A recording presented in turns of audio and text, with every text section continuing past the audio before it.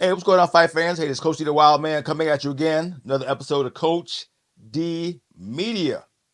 All right, today we're going to talk about fighter pay.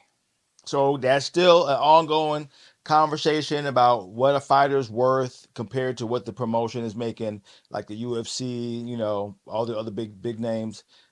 What should a fighter get paid?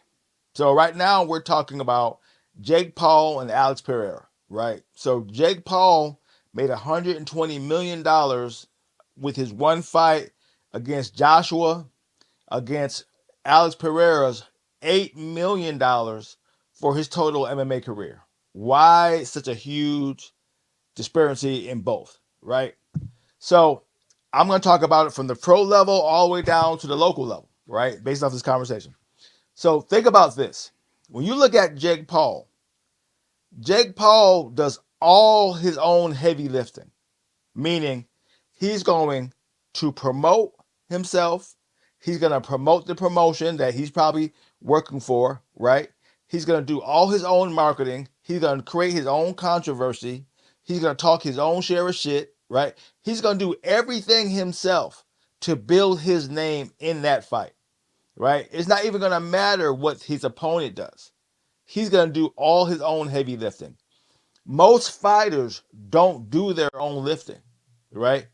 They're gonna show up for a fight, get paid, and go on to the next thing, right? They don't normally do their own marketing. They show up for every media attention. Let's say you do using UFC, right? Pereira's gonna show up for every program media attention that he has to do. He's not gonna do anything else pretty much on his own to sell his fight, right? And that's the problem with the majority of fighters. They just show up to fight. Very few sell themselves on social media. Now you see fighters today starting up their own podcasts and doing their own thing to sell their own, to brand themselves, right? But outside of that, they don't do much else. And that's on the highest level, okay? When you talk about local levels, it's a bigger difference, right? Because the UFC is going to sell their own tickets. They're going to do their own marketing. They're going to market the fighters. They're going to do all the extra work that goes into selling not only the fight card, but individual fighters too, with press conferences, all that kind of stuff, which the UFC has to pay for. Okay? So when you look at fighter pay, what should fighters get for just fighting? When you're comparing it to a Jake Paul who do most of his own heavy lifting.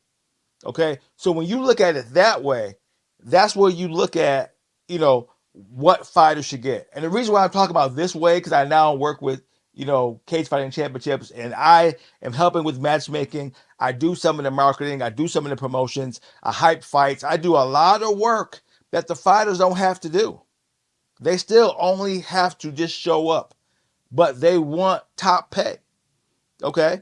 Now, if you're a good fighter and you're easy to market, that may take some of the load off us because fans already know who you are and they're already excited to see you, right? But if you're not a good recognized name, right, when no one knows who you are, when they come to watch you, they just hope to see a good fight, right? That doesn't help ticket sales for you, right? It helps ticket sales for the promotion because the promotion has to market themselves and you're just a name on a card. But if you can sell tickets, right? If we give you 100 tickets and you sell 100 tickets, that means you're going to get a percentage of those ticket sales because it's worth it to pay you more, right? But if you're not selling tickets and pay-per-view don't get no bump because of you, what are we paying for? We're paying for just a fight, which a lot of fighters get confused.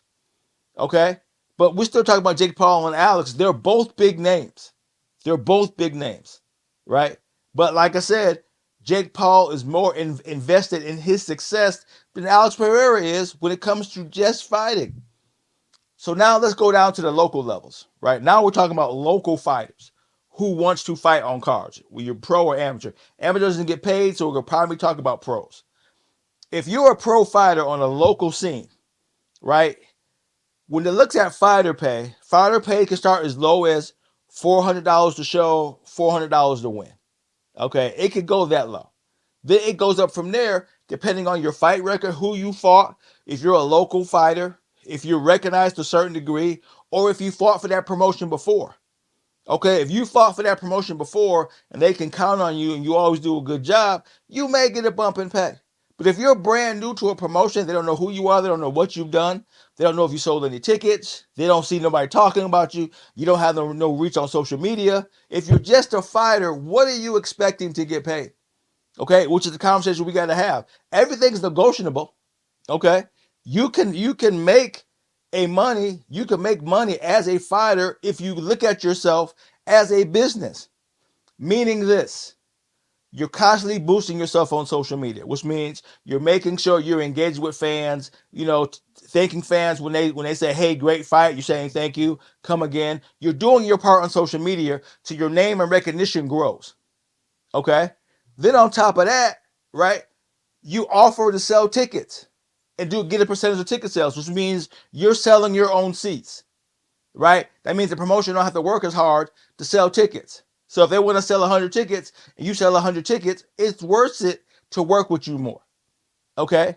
Right? And if a crowd is coming to see you and everybody's chiming in and go, "Hey, we're coming to see so-and-so fighter," that lets us know you're a fighter we should be working with. It's a business. At the end of the day, you are a brand as a fighter, a brand. If you don't see yourself as a brand, then you will not get paid like you want to get paid in the sport of combat. Plain and simple.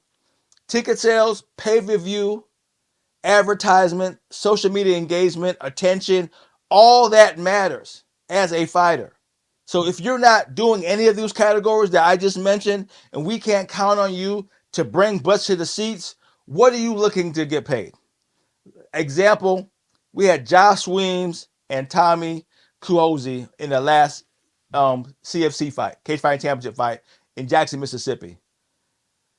Josh Weems sold a lot of tickets. He did his job. He marketed himself, he promoted himself, he talked on social media, and he sold his own tickets, which means he was guaranteed to make money off what he's earned on top of what his fighter pay. So he saw himself as a business and a brand. A lot of fighters don't do that. So did Tommy. Okay? So a lot of fighters don't do that. So if you're not doing that, what do you expect to get paid? What's your value to the fight, to the promotion, other than just fighting? Okay? Because if you're a no name, you're not recognizable, and you don't have your own fan base, and you're not selling tickets, and you're not bringing people to come see you, you're just another fighter on that card. Okay? And you get paid fair market value, which could be 4-4 to 7-7 to whatever, depending on where you fall in that category. If you're fighting number one, or your feature, co-main, or main, which is a different category. If you're main event, co-main event, or feature, that's a different conversation, because now you're recognizable at the top of the card. Right? So these are all the things you got to think about when it looks at what you expect to get paid as a fighter. Because we can get mad at the UFC all day, depending on, they monopolized themselves a long time ago, and they don't expect you as a fighter to sell the fight, right? Unless you're a shit talker, like a Sean O'Malley, or, a Sean Strickland, or Conor McGregor, or Nate Diaz, somebody who knows how to sell the fight, then they'll get paid more. And it doesn't matter what kind of record you have if you can get attention. Nate Diaz don't have the best fighting record. He's won the right fights at the right time, but he don't have the best fighting record. He may be close to be 500 500 right now, right? But he can sell tickets. They get ready to fight coming up on with freaking daggone Jake Paul on his MMA promotion. They're gonna get very well, because they are attention grabbers. They know how to get attention. They're not even looking at how good the fight's gonna be, because people are gonna show up just to see it anyway. So that's all I got. I want to throw that out there because, yeah, we're getting kind of confused with fighter pay, right? There's pros and cons to both of it, right? Some fighters should get paid more and they're not, but there's some fighters who shouldn't get paid as much as they're getting paid, but they are, right? It is what it is. This is Coach D, doing what I'm doing, calling it like I see it, talking my share of shit. To hear from me again, peace out.